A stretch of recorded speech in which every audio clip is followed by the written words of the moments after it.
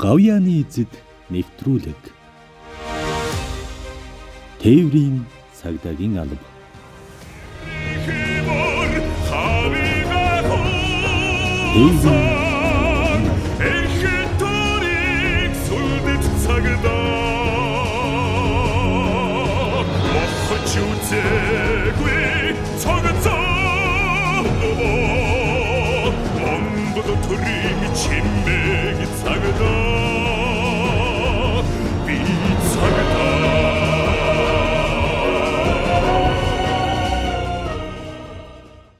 Албаагчтай өнөөдрийн мэндийг хүргье. Гавьяаны эзэд видеокаст нэвтрүүлгийн 2024 оны эхний дугаарын чушнаар 5-4 зам зүйтэй хэлтсийн цагдаа зохицуулагч, цагдаагийн ахлагч чи Очирбат оролцож байна. Танд энэ өдрийн мэнд хүргье. Баярлалаа. Танд бас энэ өдрийн мэндийг хүргье.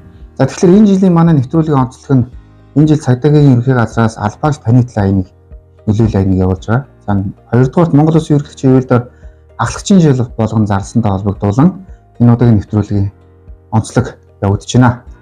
За та цагдаагийн ажил амьдралтай холбогдсон талаараа эхний хэмжээнд албаагчтай танилцуулахгүй юу? Би Булган аймгийн Баянур сумд 1992 онд төрсөн. За 2009 онд Дотоодын зэргийн 805 дахь ангис сэргийн албаагаал тэндээс болирч Дотоодын зэргийн ахлагч болдог дамжаа суумал. Ерөнхийдөө бол тэндээс цагдаа зэргийн амьдрал явж эхэлсэн.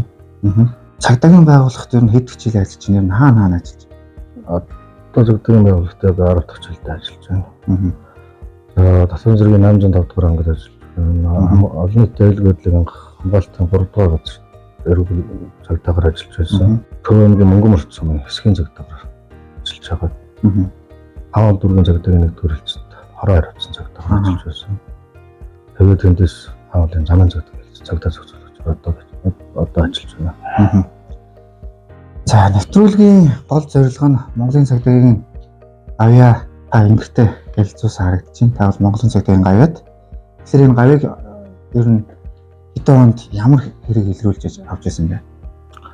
За цагдаагийн гавьяаг би 2014 онд 14 оны 6 сарын сүүлээр насан туршигөө 13 та 15 та 2 хүүхэд Булган машинж явж хахад нь баталж гарч авчихсан. Булган тээврээс тий. Тий, Булган тээврээс. Одоо цагдаагийн ерөнхий газраас энэ жил илрүүлэлт оруулалт арга хэмжээний өрөөнд Булган тээврээслийг илрүүлэх зорилгоор арга хэмжээ жилийн хугацаанд явагдаж байна. Үүнтэй холбогдуулаад Булган автомашин бага насны 2 хүүхэд хэд настай? 13, 15 та 2 хүүхэд насан туршигөө 2 хүүхэд. Байрны гадаа байсан машин халгалаад. Тэгээ явж хахад нь шүүхэд шалгаж илрүүлж байна. Хаан зогсож байв. Маршлын гүүрэнд. Ер нь зарлан мэдээллийг хаанаас авсан? Зарлан мэдээлэл ер нь тухайн үед яг тийм аваагүй байсан. Тэгээд шалгалтын явцдаа кондакторын нэг дэд асаацсан.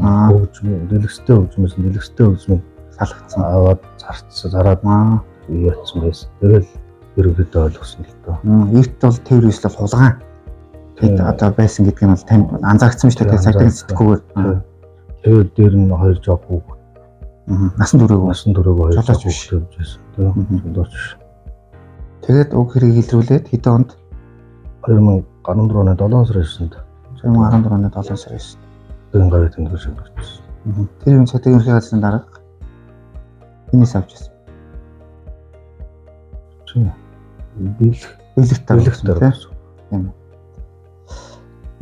За албаагчтай зориулж ер нь юун дээр анхаармаар ер нь алаа дутагдлын ингээд засчвал бас нэг албаагчд маань туршид дутагдалд холбогдчихгүй байхаар юм боломжтой гэж та ер нь харж байна. Ер нь бол одоо тэгээд албаагчд одоо харилцаанаас харилцаа үүсдэг гэхээр харилцаа хандлага л асуудал тэгээд албаныхаа нэр төрөг өндөртөө цаа дөрмөн дагуунан өмсчл юмш хэрэгтэй тэ хүний даа энэ албыг бас өндөртөө гэж байна. Тэгэхээр нийт албаагчтай бас хэлэхэд бас тань шиг Монголын цагдаагийн гавьяаг эмгэгтэй гэлзүүлэх юм боломж олцоо байгаа те. Энийн тунд ер нь яах ёстой юм? Цагдаа ер нь ямар байх ёстой юм? Одоо шинэ залуу албаагчтай зориул. Тэгээд өргөсөн тангарахтай онцчин сэтгэлээр ажиллах тэгэл болон доолж байна. Гавьяанаас нэвтрүүлгийн Энэ удаагийн дугаарын зочноор хаавал дөрвөн замжтай хэлтсийн цагдаа зөвсөрөж, цагдаагийн ахлагч чи очрот оролцлоо. Танд баярлалаа. Баярлалаа.